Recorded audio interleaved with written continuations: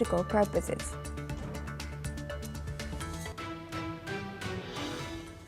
Now we start with Ukraine and Russia. Russia has reported that the death toll from an explosion at a military plant near the Ural city of Chelyabinsk has now risen to 12 people. According to national reports, the incident took place yesterday and also left 5 people injured. Local authorities have also confirmed the explosion, and the governor of Chelyabinsk, Alexei Texler, has stated that the fire has been already extinguished. Governor Texler has also assured that there was no threat to citizens, city residents, or civilian infrastructure in the aftermath of the blast. Additionally, Russian investigators have opened a criminal case into this incident, but there is no evidence linking the explosion to any drone activity. Meanwhile, in a separate development, Russian forces have reportedly shot down 139 Ukrainian drones overnight. Further on the matter, the Defense Ministry has said that the drones were taken out across several locations, but it has not yet released specific details on the impact of these attacks. Now, for this discussion, we welcome Dr. Sergei Dvoryanov. He's the president of IDC Russia and director at WHD International Board, joins us live from Moscow. Thank you very much for joining us today. Good to see you. Now, looking back at this, what more do we know about this? Is there any connection of this to Ukraine as well? Yes. First of all, I want to tell that for us, victory in this conflict, because we're not calling this conflict a war, it's a special military operation. We did not start with our aggression. We start with our intention to protect Russian-speaking population of the eastern part of Ukraine. That was our intention and historical mission. And that's why I want to tell that it's ontological question for us. Our victory in this conflict is a question to be or not to be of our civilization. In this ontological question, of course, we are ready to pay any price to receive our victory, because according to the history, we can see that our civilization always in the conflicts with eastern part of the world and western part of the world, because we have most biggest territory, most biggest land. And we was blessed by God to be rich, not only with land, but also with our spirit of victory. And we are a nation of victors. We are always celebrate our victory in the Second World, in the First World. In any conflicts, where always was a victory, because we always support justice. That's why we can see that in this conflict, of course, from the one side, we should understand, from one side we have some globalistic, very influenced society. They won't destroy the world, and they won't take all treasures from Russia, and they won't destroy all human values.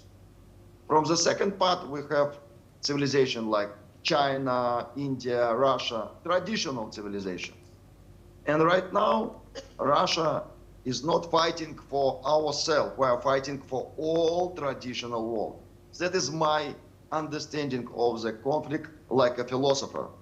I can understand that we are ready to pay any price because it's ontological questions to be or not to be. And Doctor, now how do you look at the frozen Russian assets fund that, or frozen Russian assets that are in the tables of European leaders discussing support for Ukraine today? How do you see it, and do you see it as this move could escalate the conflict further? First of all, should understand that mentality of all European leaders there right now, unfortunately, sorry to say this, but they're completely different. They want to steal our assets It's completely illegal. It's against any law, international law, divine law, whatever, human law. And even they should understand that all other countries, after this action, they will think a lot of times, put their assets to European banks, and if they can trust to European government, that can be very bad reaction from different leaders around all the globe.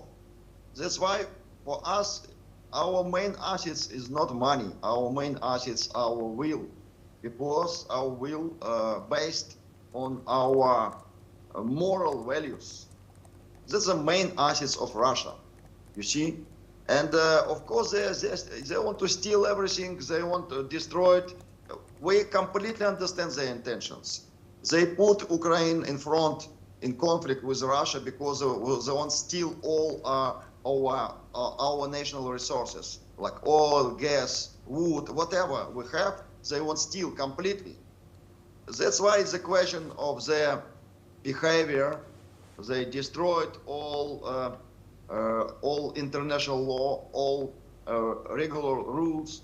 That's why, of course, they cannot be winners in this situation, because they will have very bad reactions from global society. I completely believe to this. Yes, indeed.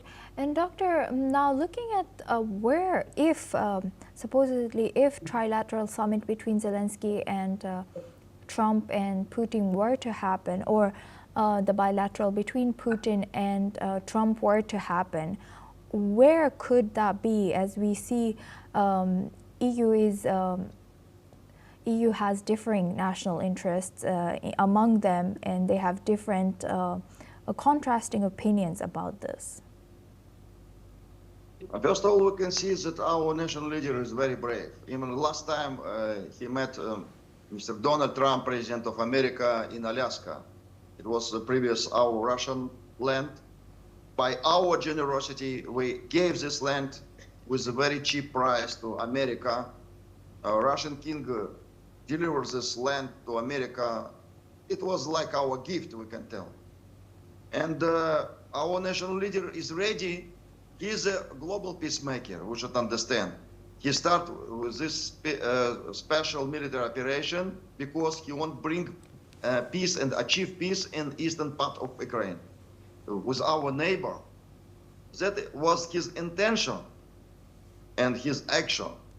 And in the current situation, for my opinion, best country to negotiate peace, of course, is Bharat-Varsha, is India, because you have very good and very deep traditions in India, ahimsa, and you have a very good philosophical concept about peace, like Shanti, Om Shanti Om. In the first peace start with the peace inside our hearts. We should bring peace to the politicians like Zelensky and others, very aggressive Europe elite. They're very aggressively looking for our assets right now. They're very greedy, by the way, very greedy. And we should bring some spiritual education to them. That's why India, for my opinion, most favorite country to negotiate with peace. But Mr. Zelensky, he is very scared personality. He afraid to come to Moscow. Of course, it can be very reasonable if after visit Vladimir Putin to America, Donald Trump should come to Russia. Obviously, it's very reasonable. He should come and sit, and because he already visited our country a lot of times. But we understand that Mr. Zelensky, I cannot call him President Zelensky. He is not president anymore. He already lost his legacy. But the main question, if we will start to negotiate with peace, who will put signature on this agreement? Because President Zelensky is not anymore president. He is a formal president. He is actually, for my opinions, he is a criminal because he destroyed his nation. He bring death to his nation and Yes. destruction. That's why he's a big question mark about Yes. him. But for my opinion, most favorite place is India, Bharat civilization, Bharat Varsha. Oh, thank you very much. Thank you very much, Dr. Sergey Dvardyanov, for joining us and sharing that insight all the way from Moscow. Now we move on to our next news. The U.S. government shot